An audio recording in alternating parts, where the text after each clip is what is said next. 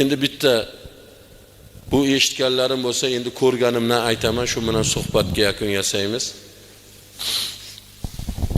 Bir ehsonda o'tirimiz, xonadonda katta zal bir 60 kishi qarib 60 kishi mehmonlar bor. Uzun stol qilgan. Shu suhbat qilib bering dedi. Keyin suhbat qildim. U payt endi bir 20 yilcha bo'lib qoldi. Hozir shunga ham u paytda qilichimiz yalang'och ekanmi? Bir g'ayrat shijoat bor ekanmi? Bir suhbat qildim. Shu suhbat qilib bo'lganimdan keyin o'sha davrada o'tirgan bir naryoqda 3 tami 4 ta naryoqda o'tirgan bir qariya menga tashab qoldi. Domla dedi. Alabay dedim. Menga sizga bir savolim bor dedi. Xo'p bo'ladi. Bir ustozlarda ko'rganim, eshitganim bo'lsa javob qilaman, kitoblarda ko'rganim bo'lsa javob qilaman. Agar bilmaydigan joyim bo'lsa uzr so'rayman dedim. Mayli, men dedim, xo'p dedi. Keyin siz aytingchi menga dedi. Meni yoshim 72 da. Men qaysi gunohim uchun namoz o'qishligim kerak dedi. Atrofdagilar deyarli hammasi astag'firulloh dedi. Astag'firulloh dedi. Men o'zimga muzlab qoldim-da. Chunki 72 yoshman deb turibdi-da, og'zidan chiqayotgan gapi qaysi gunohim uchun namoz o'qishligim kerak dedi. Menga shuni tushuntirib bering dedi.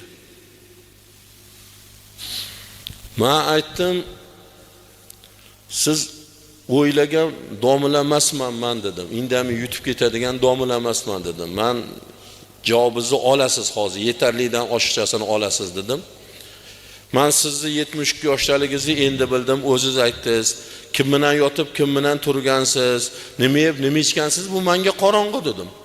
Lekin bitta gunohingizni bilaman dedim. Bitta gunohingizni bilaman. Shuni aytingmi dedim, ayting. Ayting deb asabiylashib, iloji bo'lsa kelib yoqamni olib ursada bir alamini olsada menga.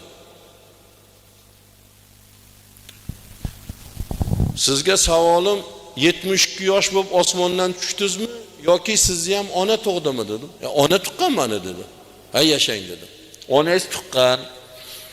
Siz onangizni ko'ksidan mazza qilib sutlarini emib qorningizni to'yg'izgansiz. O'sha emgan sutingizni bir 2 soatdan keginmi, 4 soatdan keginmi orqangizdan shaltaq qilib, axlat qilib chiqargansiz dedim. Sizning gunohingiz shundan iboratki, qulog'ingizga isirg'a qilib taqvoling dedim. Onangizlarni non yeydigan qo'llarini o'sha axlatga urishga majbur qilgansiz dedim. Majbur tozalagan. Shu bolam katta bo'lsa, meni xizmatimni qiladi. Agar dunyodan o'tib ketsam, onamlarni Xudo rahmat qilsin deb duo qiladi, namoz o'qiydi deb sizni o'sha xizmatlik qarib 2,5 yil qilgan. Yana qaysi gunohingizni aytib beray sizga dedim. Bormi? Yani birortasini aytib beraymi? Dedim, boshini mashundoq egdi. Mashundoq bo'lib qoldi. Turib ketgunimizcha na bir narsa edi, na bir narsa ichdi-da. Mashundoq qotib o'tirdi. Men aytdim, keyin bu yerdagi odamlarga qaradim. Qani qaysi biringlar dedim. 10 kunlik, 1 oylik sizlar to'xtang onajon, qo'lingizni urmang. Men o'zim hojat qilib kelaman deganingiz bormi dedim. Dunyoda bir payg'ambar, bir avliyo, bir qori, bir bormi? Bir podsho, bir vazir, bir boyvachcha bormi dedim. Qo'lini urdirmagan onani.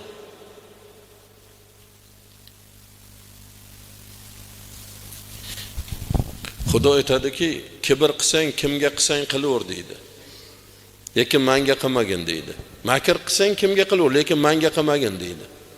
Men seni makringni o'zingni boshingga qalpoq qilib qo'yaman, o'zi o'shamdan o'lib ketasan deydi. 7 oylardan keyin unda masjid ishlardim, Qur'on o'qib o'tirsam, soat 11lar bir yigit kirib kelyapti. Gavdalik shu Muhammad Aliday bor.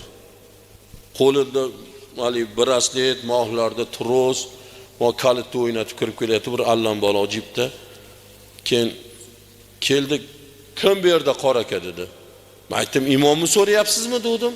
Ha, imomni so'rayapman. Hozircha men dedim. Nima gap, nima xizmat dedim. Dadamlarning mazalari bo'lmayotdi, bir Yosin o'qib qo'ysazmi dedim deydi. Men aytdim, men hech bir dam solganlarimni tuzalib ketganini eslay olmayman dedim. Shunda normalniy odamlarga boring, o'sha olib boring, dam soldiring dedim. Yo, ulgurmasligimiz mumkin dedi. Og'irmi dedim, ha dedi. Peshingacha ulguramizmi dedim. Qayerda dedim, palon joyda. Bo'lmasa ketdik peshingacha borib. Borib bir uchetaj, uy, yevro, remont hammasi chiroyli. Xo'liga kirdik. Bundoq ichkari kirsak, hojatxonani anqib turibdi, hidi sasib turibdi. Endi bu yerga bolalar o'tirgan bo'lsa, navaralar hali qaramadimi, otasi bilan ovora bo'lib deb, endi unga beparvo bo'ldim. Ichkari kirdik, yana ichkariga bitta xonaga kiruvdik. Hidga chidab bo'lmaydi, hatto to'nim bilan mashundoq qilishgacha bordim. Dimoq mashundoq, shunda ham chidab bo'lmayapti. Hech kim yo'q. Mashitni stol dedim, mana o'tiribman. O'tirdim. Auzubillahi minashshaytonirrojim. Bismillahirrohmanirrohim. Alhamdulillahi robbil alamin deb sura Fotihani birinchi oyatini o'qib shundoq qani kimga dam solyapman ekan deb bundoq qarasam 7 oy oldin qaysi gunohim uchun namoz o'qishligim kerak degan odam yotibdi. Ko'zim bilan ko'rganim. Axlatiga qorishib, hamma yog'iga chapalagan, yuzi ko'zi hamma yog'iga chapalab shunaqa jala bo'ron qilib so'kishni boshladi. O'g'illarni so'kyapti, qizlarni, keyin meni ham o'tdi, seni ham onangni palon tugun deb. Men shu o'tiribman, alhamduni qidiryapman, ar-rohmanir-rohim yo'q. Go'yoki Fotihani bilmayman, esdan chiqarganman. Xayolimda yo'q, umuman kelmayapti. U so'kayotibdi, men yig'layapman, alhamduni qidiryapman, ar-rohmanir-rohimni qidiryapman-da.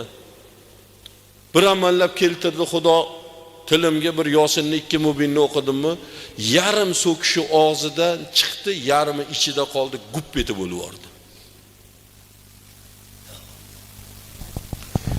Kama ta'ishuna tamutuna kama tamutuna tuhsharuna. Payg'ambar vasallam qandoq yashasang shundoq o'lasan degan. Qandoq o'lsang shundoq tirilasan degan. Ko'chalarda, choyxonalarda ichib o'layotganlarni ko'rmayapsizmi? Eshitmayapsizmi? Yo'llarda avariya bo'lib ichib o'layotganlarni ko'rmayapsizmi? Bir-birlarini pichoqlab o'layotganlarni ko'rmayapsizmi? Hammasini oqibati mana shu. O'limi ham shundoq bo'ladi, qayta qabri ham shundoq bo'ladi, qayta tirilganda ham shundoq bo'ladi. Xudoy taoloni qarangki, qarang, hikmatini qarang. Bosh domina ko'p-ku. Shaharda domina ko'p. Masjidga borsa 2-3 ta noiblari bilan chiqadi.